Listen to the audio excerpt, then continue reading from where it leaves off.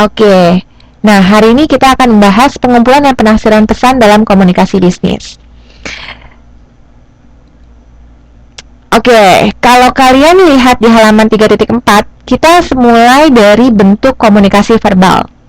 Kalau di minggu lalu kita udah belajar ya, ada komunikasi tertulis, ada komunikasi verbal, visual. Mudah-mudahan teman-teman semua masih ingat ya. Nah, sekarang kita akan membahas lebih jauh lagi dan lebih dalam lagi. Kalau teman-teman lihat ya, perhatiin deh. Biasanya nih ibu-ibu tuh sering banget belanja ke pasar, ya nggak sih? Nah, nawar pasti itu udah ciri khasnya ibu-ibu banget ya. Atau mbak-mbak sekalian juga suka nawar nih kalau belanja di pasar ya. Nah, adanya proses komunikasi tawar-menawar antara si pembeli dan penjual itu tuh termasuk komunikasi verbal. Kenapa? Karena kita bertemu langsung dengan orangnya. Kita nawar langsung ke pedagangnya, kemudian pedagangnya memberikan langsung timbal baliknya. Jadi kita nanya, kita mengajukan pertanyaan, berapa bang harganya gitu kan? Nah kata si abang, 1.000 rupiah, 10.000 aja, neng katanya gitu. Terus kita nawar, kemahalan nih gitu kan? 5.000 deh bang. Waduh nggak dapet neng gitu kan. Nah tapi pada akhirnya kalau memang kita suka banget sama barang itu dan si penjual pun juga seneng kali ya, maksudnya menghadapi konsumen seperti kita yang ramah juga dalam menawar, nggak galak gitu ya. Nah pada akhirnya kita akan menuju pada satu kesepakatan harga. Oh ya udah misalnya 8.000 aja. Nah antara pembelinya juga seneng karena harga awalnya lebih mahal daripada harga akhirnya, dan si penjual pun senang karena barang dagangannya akhirnya laku gitu. Nah ini adalah salah satu bentuk komunikasi verbal. Kelebihan daripada komunikasi verbal atau lisan, kita bisa sebut juga komunikasi verbal itu lisan. Nah kelebihannya apa sih? Yang pertama adalah memungkinkan terjadinya interaksi. Pasti, kenapa? Karena kalau lisan, iya waalaikumsalam Mbak Dina, iya nggak masalah. Iya, nggak apa-apa kok, yang penting hadir ya. Oke, ini saya juga baru mulai kok. Bisa dengar suara saya ya, Mbak Dina ya? Nah, saya lanjutkan saja ya. Memungkinkan terjadinya interaksi. Kenapa? Karena pada saat saya bertanya kepada si abang penjual, dia pasti akan mendengar dan langsung memberikan respon. Nggak mungkin kan saya nanya, bang, harganya berapa? Diam aja. Nggak laku dong jualannya. Ya nggak? Pasti kan dijawab 10.000 aja. Nah, itu adalah interaksi. Kemudian yang kedua adalah komunikator. Komunikator masih ingat nggak siapa? Komunikator itu adalah pemberi pesan ya, jangan lupa. Karena kita udah bahas dari minggu-minggu lalu. Dan komunikan. Komunikan itu siapa? Komunikan itu adalah orang yang menerima pesan. Nah, antara orang yang memberikan dan menerima pesan dapat bertukar gagasan dan memecahkan masalah bersama. Betul sekali, kenapa? Karena yang tadi, pada akhirnya antara pembeli dan penjual itu ada satu kesepakatan harga. Mereka bertukar gagasan. Bang, kemahalan nih 10.000, 5.000 aja deh. Kata, itu adalah gagasan si pembeli, berharap mendapatkan barang yang lebih murah. Tapi kata si penjual, waduh, modalnya juga segitu gitu. Nah, ada satu masalah kan di sini. Nah, pada akhirnya mencapai kesepakatan bersama. Dan pada saat yang sama, pesanan verbal juga tersampaikan. Kenapa? Karena pada saat kita berbicara, kita punya gerak tubuh, ya kan? Sambil pilih-pilih barang, kita sangat menunjukkan kalau kita tertarik banget sama barang ini. Kayak misalnya, contohnya nih, kalau mbak-mbak ya, kalau mas-mas saya nggak tahu deh, pernah shopping mungkin gitu ya. Nah, kalau mbak-mbak shopping kan belanja gitu ya, di pasar malam deh. Terus habis nawar, terus tiba-tiba pura-pura jalan. Oh, kalau mas-mas nggak suka nawar ya, udahlah hajar beli aja gitu ya, beli aja gitu ya, males nawar. Kalau mbak-mbak yang cewek-cewek biasa suka nawar nih. Nah, kalau pada saat nawar nih, biasanya kalau kita ya perempuan suka pura-pura jalan dulu. Kenapa? Biar dipanggil. Kalau dipanggil berarti tuh dikasih harga tawaran kita, bener nggak? ya kan? Suka udah biarin aja dulu, jangan jangan kekeh dulu, biarin aja. Jangan seolah-olah kita tuh mau, karena kalau kita seolah mau, penjual nggak mau nurunin harganya, ya kan? Nah, pada saat itulah ada pesan nonverbal yang tersampaikan. Kenapa? Kita pura-pura jalan, kita nunjukin kalau kita tuh nggak mau sebenarnya, padahal dalam hati sih mau gitu ya. Nah, jadi secara nggak langsung si penjual bisa ngeliat sikap kita. Kalau kitanya kekeh kayak seolah mau banget, iya betul banget pura-pura. Berarti nggak akan dikasih tuh harga murahnya. Jadi komunikasi lisan itu sangat baik. Kenapa? Karena timbal baliknya secara langsung, kelihatan. Apakah orang itu suka atau tidak? Apakah orang itu bisa menerima pesan atau kita atau tidak?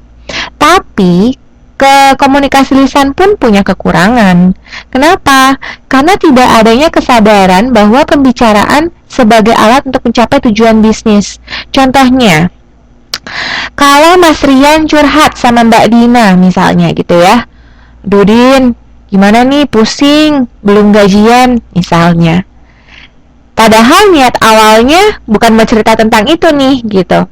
Tapi komunikasi lisan itu terkadang seperti itu, terlalu asik dengan satu pembicaraan sehingga lupa kalau misalnya pembicaraan itu sebenarnya punya tujuan bisnis. Itu sering banget terjadi ya. Jadi kadang-kadang kita itu mau bicara apa sama teman kita gitu ya, atau sama orang lain, saking keenakan atau keasikannya, terkadang inti pembicaraan sebenarnya tadi kita mau omongin jadi lupa. Nah, kadang-kadang kekurangannya seperti itu. Jadi sifatnya seperti spontan gitu ya. Halo, Mbak Dina, bisa dengar suara saya? Ada yang nggak bisa dengar suara saya? Kalau ada yang nggak bisa dengar, tolong beritahu ya. Suara saya kekencengan nggak ya? Mbak Dina bisa dengar suara saya?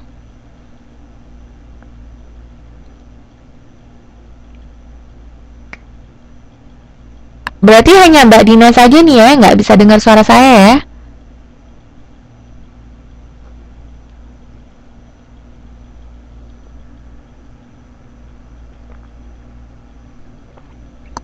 Mbak Dina, coba mungkin Mbak Dina agak cari sinyal atau bagaimana?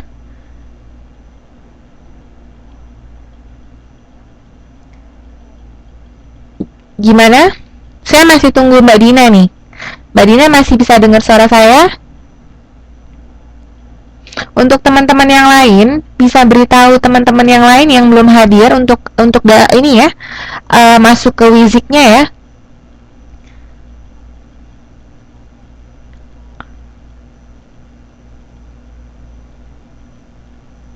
Nggak ada suaranya. Oke, sebentar ya Mbak Dina ya. Ini kenapa nggak ada suaranya ya?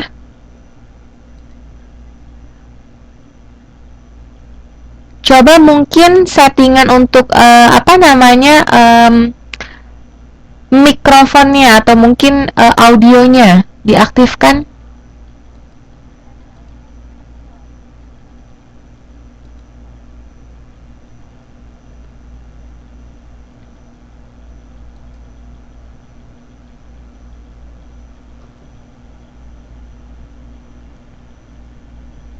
Halo, Mbak Dina, sudah bisa dengar suara saya belum ya?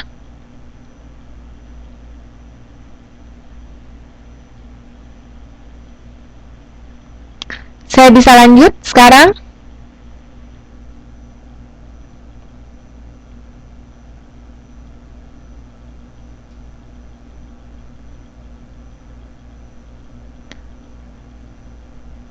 Oh, jadi Mbak Dina nggak bisa dengar suara saya ya?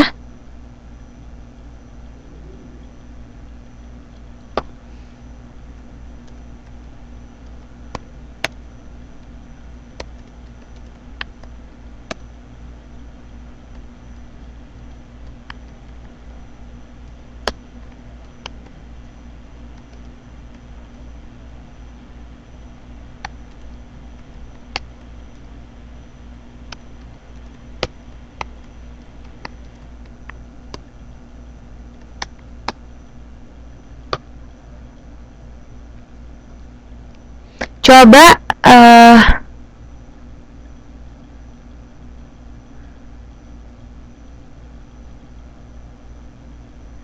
oke, saya masih tunggu ya. Mbak Dinanya ada sedikit masalah, saya masih tunggu, nggak masalah.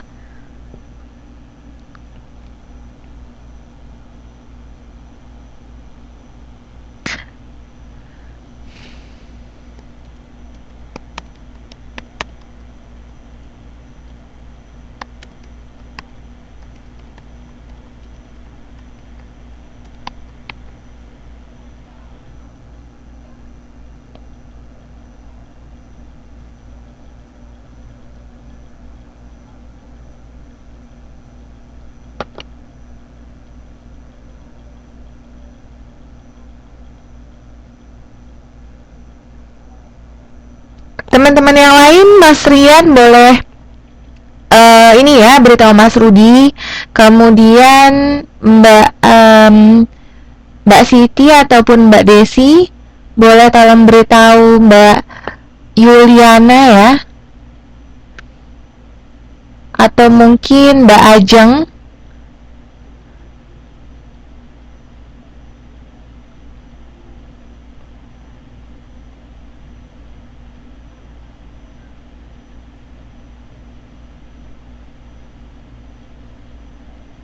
Supaya masuk ke liziknya. Oh, oke. Mbak Desi Wulanti itu Mbak Ajeng gitu ya. Oh, maaf. Sebab saya bingung gitu. Maksudnya saya harus ingetin nama antara nama panggilan dan nama akunnya gitu. Maaf, berarti Mbak Desi itu Mbak Ajeng gitu ya. Saya panggilnya Mbak Ajeng apa Mbak Desi nih?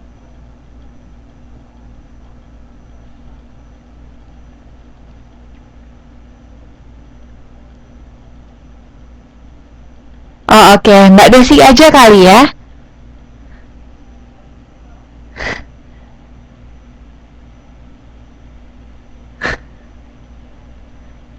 Oke deh. Ini gimana nih Mbak Dina? Mbak Dina sudah bisa dengar suara saya?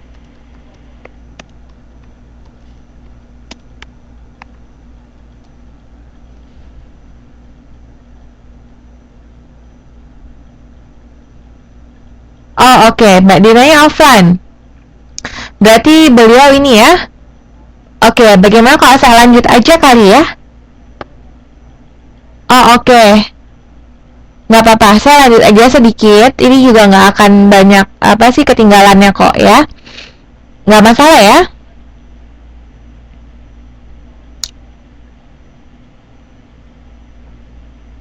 Kalau nggak masalah saya lanjut sedikit.